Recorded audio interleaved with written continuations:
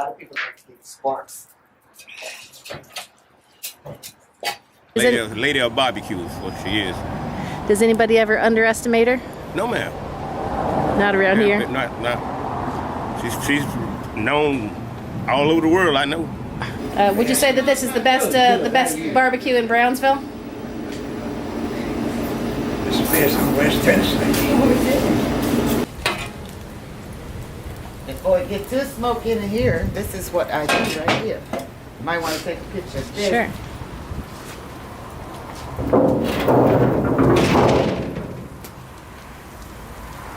These are the shoulders. It's like 12 of them at here. 12 at a time, is that how you normally do it? You normally do 12 at a time. And then what they're serving in there was what you cooked yesterday, is that right? Yeah, what's serving now cooked yesterday. But what I'm cooking today is we're going to serve tomorrow. How long does it take for those shoulders? 12 hours.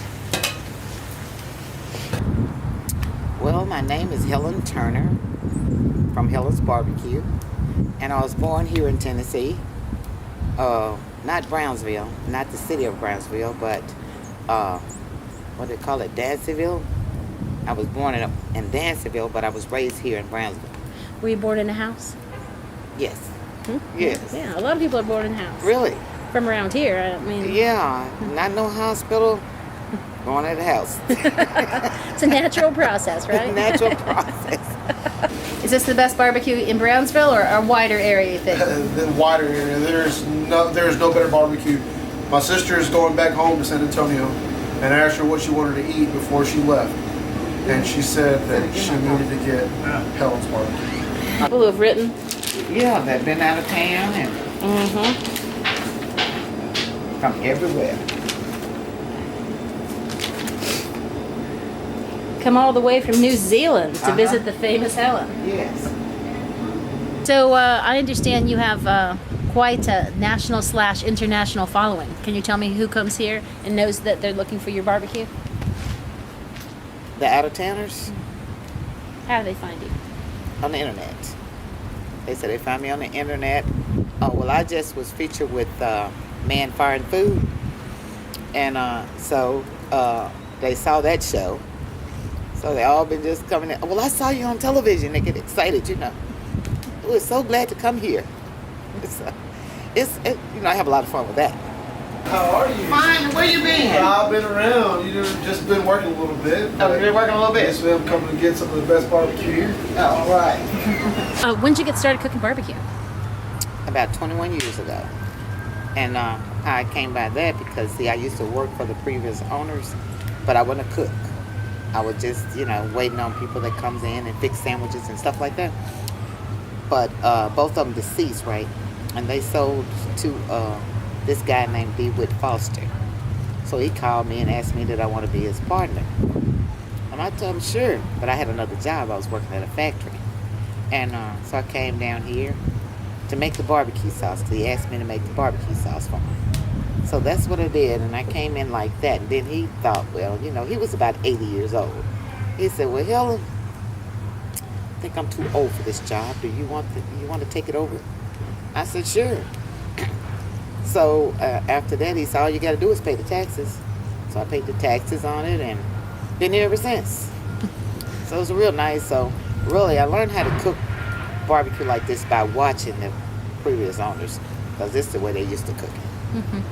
And did you find anything difficult about it? Not really. Only difficult thing I find about it is just lifting, and those shoulders can be kind of heavy sometimes. Because sometimes they weigh from 11 on up to about 14 pounds. Okay, yeah. So other than that, everything is just perfect.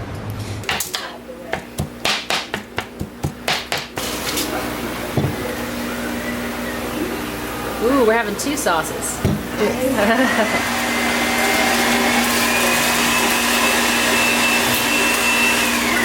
Did anybody ever tell you that you shouldn't do this or like try to keep you from doing it?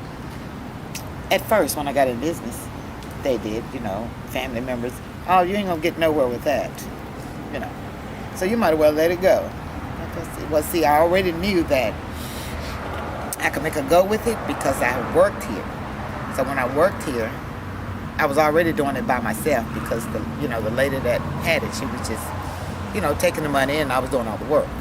So I really knew how to do everything. So they weren't talking about nothing. All you had to add was taking the money. That's all I did. That's all I had to add, but taking the money.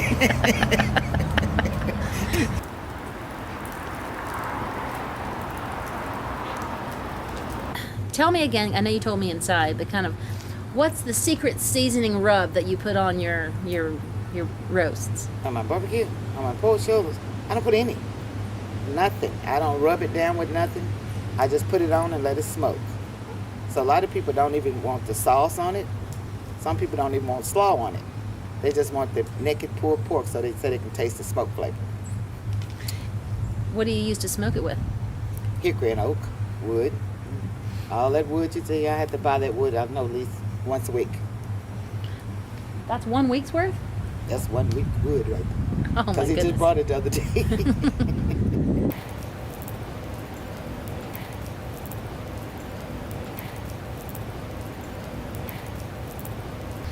How is the little setup you've got here, how does it differ from other people who are doing barbecue around here? Well, I don't think too many people cook with wood and shoving coals and throwing it under the pit and all that stuff. But How are they cooking theirs? well, they I guess they got the grills on the inside. I do all mine on the outside. I guess they got the grills. I never even just went to watch anybody else. Tell me a little bit about Memphis barbecue sauce. What's it like? I never tried it. Oh, what kind are you having? Well, see, I make my own. What do you got in there? That's what everybody asks. I don't never. You don't have to tell me everything. Just Okay, well, I just use ketchup and sugar and a little vinegar. what kind of vinegar? Is it cider vinegar? No. Red distilled. Oh, okay. Yep. And was that the way they were making it before? Or have you worked on it a little bit? Well, yeah, because see, they had the recipe to it, and so I got the recipe to it. Because they never did make it, so they just only gave me the recipe so I could make the sauce. Have you changed it at all, or you just liked it? No, I hadn't tasted it at all. Oh, okay, that's It good. stayed the same. It's good. And is anybody in your family going to take over when you're done? You know what? I've been trying. I got 2 kids. I got a boy and a girl, and I've been trying to get them to come in and learn, what it's all about. So, so they can take over if anything would happen to me. But they're not interested. So But I got 2 grandkids, 2 girls I raised. They all on their own way. One of them work at the prison, and the other one she sit in with sick people. Okay. So that's just all. So none I'm of your getting. family so far. None of my family so far. Could happen still. It still could happen. I still got grandkids growing up. So I was just curious. I understand you to be the only African American female pitmaster in the United States. That's what they tell me. Why do you think that is? I don't know, but it would be nice if other women would just, try it. Because believe it or not, I have fun here. I have fun talking to my customers, and because I just mess with all of them. See how fat he is over there? Well, 140 now, he's not pregnant. That's real. Yeah, that's real for real. I'm not pregnant as it seems, I'm just full of them good old butter beans. Y'all okay? Well, she's at home bed, so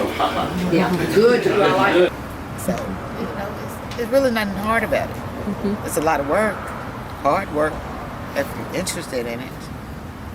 But I just love it. You like this? Kind of smoky though, ain't it? It is. Okay, perfect. Let's get out of here. Okay.